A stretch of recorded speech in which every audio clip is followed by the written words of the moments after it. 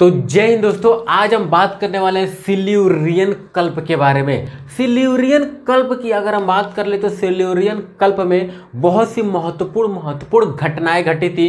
अगर हम यहाँ पे बात कर लेते हैं कि सबसे पहले अगर हम यहाँ पे बात कर लेते हैं सिल्यूरियन जो कल्प है ये कौन से महाकल्प का हिस्सा है, तो सिल्यूरियन जो कल्प है ये परजीवी महाकल्प का हिस्सा है, यानी कि पैलोजोइक ईरा का हिस्सा है। तो चलिए हम इसके बारे में बात करते हैं। अगर सिल्यूरियन काल की अगर हम सबसे पहले टाइम पीरियड की बात कर लेते हैं तो इसका टाइम पीरियड है 440 मिलियन साल से लेकर 440 मिलियन साल से लेकर के 400 मिलियन वर्ष तक, 440 से लेकर 400 मिलियन वर्ष तक। ठीक है, ये इसका टाइम पीरियड हो जाएगा। इसके साथ साथ यहाँ पे इस काल में बहुत ही इंपॉर्टेंट ये काल है, क्योंकि इस सिल्यूरियन काल में बहुत मुख्य घटनाएं घटी थी। ये जो सिल्यूरियन काल है यहाँ पे बहुत ही ये जो है कि इम्पोर्टेंट हमारे लिए है जानना, क्योंकि इस काल में बहुत ही प्रमुख घटनाएं घटी थी। अगर हम बात कर लेते हैं उन प्रमुख घटनाओं के बारे में, अगर फर्स्ट नंबर पे बात कर लेते हैं तो एक हलचल हुई थी जिसका नाम था, हलचल हुई थी उसका नाम था कैलिडोनियन हलचल। क्या नाम था? कैलिडोनियन हलचल, कैलिडोनियन हलचल। और कैलिडोनियन हलचल के कारण बहुत सारे पर्वत श्रृंखलाओं का निर्माण हुआ था।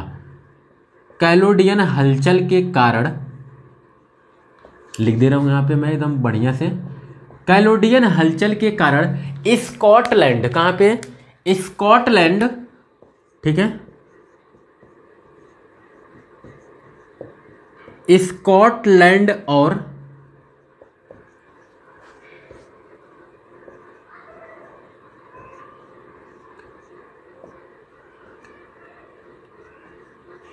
स्कैंडिनेविया, स्कॉटलैंड और स्कैंडिनेविया में, स्कॉटलैंड और स्कैंडिनेविया में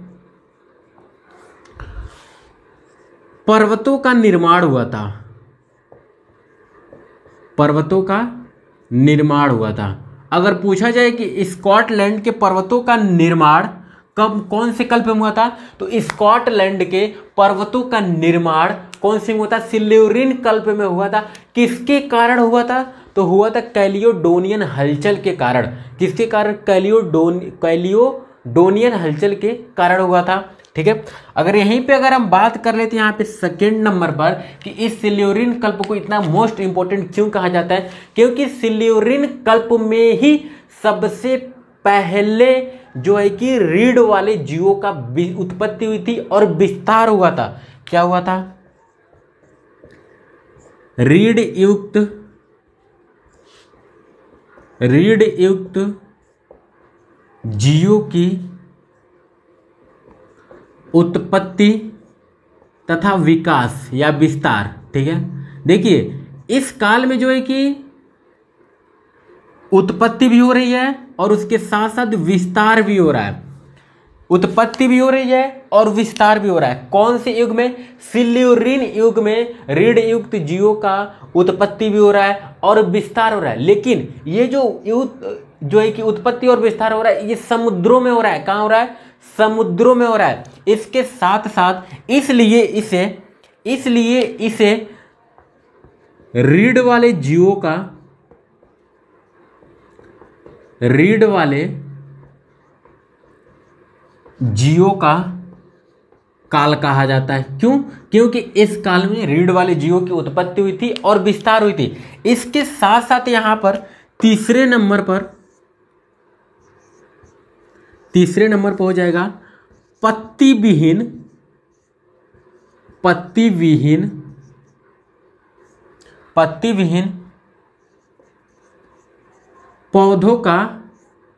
पौधों की उत्पत्ति।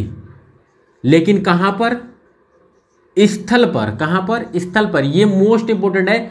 सबसे पहले हमारे स्थल खंड था उस पर पत्ती विहीन पौधों की उत्पत्ति हुई थी। अभी तक जो पत्ती थे यानी कि जो घास इत्यादि थे वो कहाँ थे? समुद्रों में वनस्पति थे, यानी कि समुद्रों में घास इत्यादि का विस्तार हो गया था बहुत ही जो है कि भारी मात्रा में। लेकिन अभी स्थल पे नहीं आए थे। स्थल पे कब आए थे? सिल्यूरियन कल्प में आए थे। इससे पहले की अगर बात करें तो कैम्ब्रियन युग में, ऑर्डोविशियन युग में काफी स्तर पे वनस्पति का विस्तार हुआ था, लेकिन समुद्र में हुआ था। लेकिन सबसे पहले स्थल पे कब वनस्पति का विकास हुआ, कब हुआ? सिल्यूरियन कल्प में हुआ। और ये किस एरिया में हुआ था? ये हुआ था ऑस्ट्रेलिया में। कहाँ हुआ था? ऑस्ट्रेलिया में हुआ था। नीचे दिख रहा है आपको ऑस्ट्रेलिया लिखा हुआ, ठीक है।